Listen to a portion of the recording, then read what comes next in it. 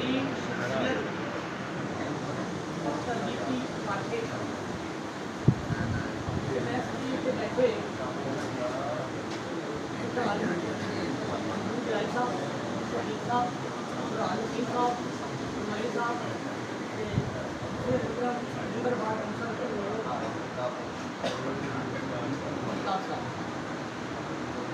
कुछ गल्लां इहो जिहियां ने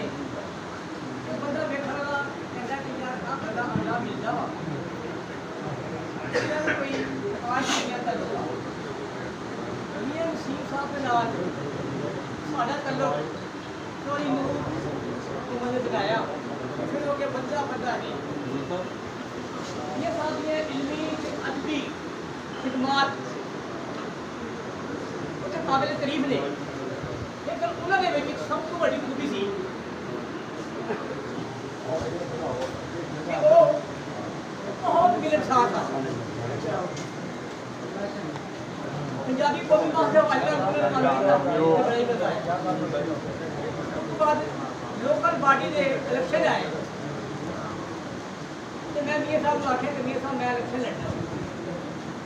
तो मियाँ साहब ने मैंने हौसला दिता तो मेरी हौसला अफजाई नहीं की इलेक्शन होया 350 वोट मिलता तो मैं हार गया इस दौरान असीं मिलते बट्टे रहे उस बाद फिर इलेक्शन आया तो मियाँ साहब ने मैंने कहा कि भाई तुम तैयार किया मैं इलेक्शन लड़िया फिर मैं हार गया उस तो बाद फिर इलेक्शन आया तो मियाँ साहब ने कहा सीट की जरूर पास जाओ मैं इलेक्शन लड़िया जीत गया मेरी जिंदगी के जितने उन्होंने मुझे हौसला दिता यकीन करो इन्हें मैं अपने घर ने भी हौसला दिता मियाँ साहब को लाना उन्होंने सारी गल सुनी कभी मनफी सोच के हवाले गल साढ़े फिर दोस्त बैठे ने मेरे नाल भी उनका ढेर तल्लुक रहा मेरे नसीम साहब का मुनीर साहब तो मैं मानव नाल एक लफ्ज कहना मैं मैंने माफ कर दें असली उन्होंने कहना दी थी कि मुनीर कहता था मियाँ साहब ने बैठे हो ना तो मुनीर साहब गल कह दी मुनीर साहब उनका अखबार खुलनी तो मुनीर साहब ने ना शुरू हो जाना तो मियाँ साहब ने हंसी जाना हंस हंस के ना उठ उठ हो जाना तो फिर भी ना सवेरे आना तो फिर इकट्ठे बैठे बंदे बहुत मिले नहीं कुछ अपने मुखार के कर लेकिन मियाँ नसीम साहब जो शख्सियत थी जिन्होंने मेरे तेरे पर बहुत ही शफकत आ एक दिन मुझे फोन आया तो चीज उत्थे पहुँच जा जीटीएस चौक के मियाँ साहब ने कोई जगह लिखी हुई थी मैं उस 2-4 बंदे लै बैठ के पहुँच गया अमीर साहब भी आ गए तो थोड़ा सी सारी गल बहुत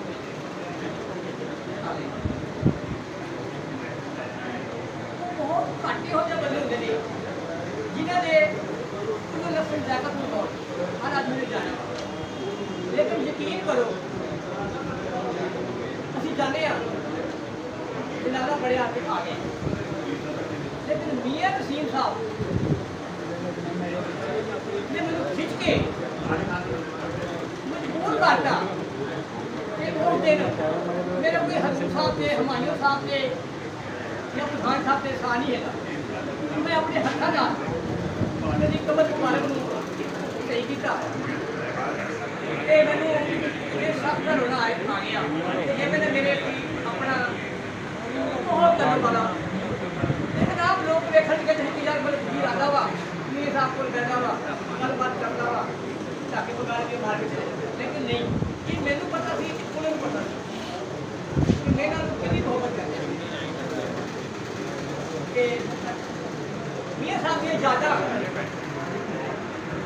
एक पूरी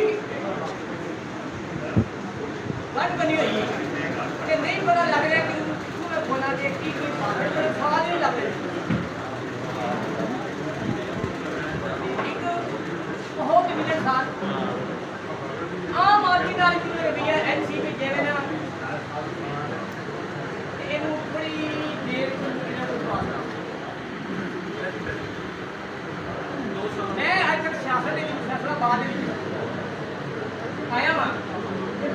वाले मियां नसीम साहब मियां ने कहना खुर्शीद टिकिया रहा एक दिन जरूर कामयाब जब सुनिया उसे यकीन करो कि मैं इन्ना अफसोस होया कि मेरे कदम मियां साहब के घर वाले पास जान दिल भी सी करता मेरा मैं करो यार अच्छा लो हमारे नसीम साहब अरुण नसीम साहब बुरहान नसीम साहब दे मियां नसीम दी शिकत नजर आती है लेकिन जी साढ़े उम्मीदवार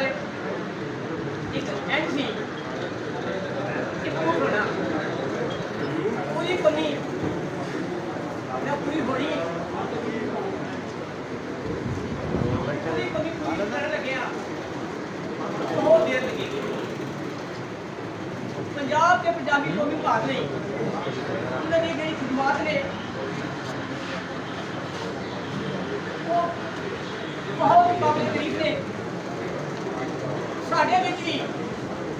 पंजाब के पंजाबी के कारोबार बैंक की मोहब्बत उन्होंने कुट कुट करी थी मैंने वो दिन भी याद आ आशिक चौधरी गुरमत चौधरी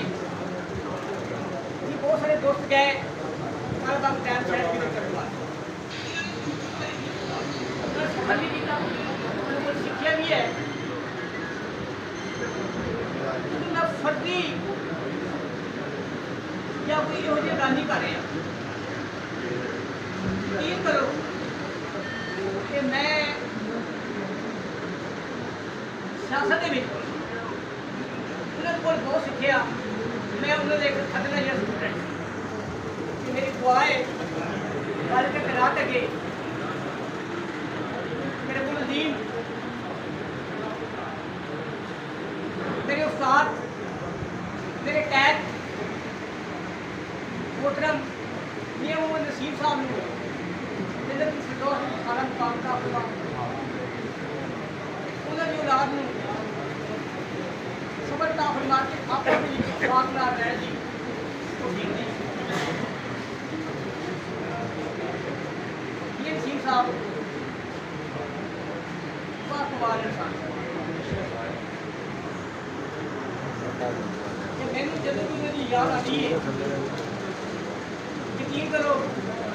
मैं 2-3 दफा ना कनार रोड गुजरिया वा मैं रुक गया वा रुक के मैं आके यासीन से पहले पढ़िया वा